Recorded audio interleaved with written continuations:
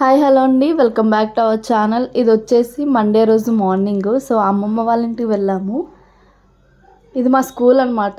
మేము 6th to 10th వరకు కూడా ఇక్కడే చదువుకున్నాము. స్కూల్ అంటే చాలా మెమరీస్ ఉంటాయి కదా, సో మాకు కూడా చాలానే ఉన్నాయి.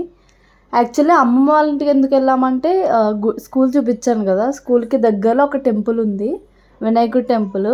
అది ఇప్పుడు పడగొట్టేసి కొత్తగా ఒక గుడి కట్టారు. సో వినాయకుడు అండ్ చౌడేశ్వరి అమ్మవారు, లక్ష్మీదేవి అమ్మవారు అనమాట. సో ఆ టెంపుల్ కట్టారనమాట కొత్తగా. సో దాని ప్రతిష్ఠ కోసమని అమ్మమ్మ వాళ్ళ ఇంటికి వచ్చాం.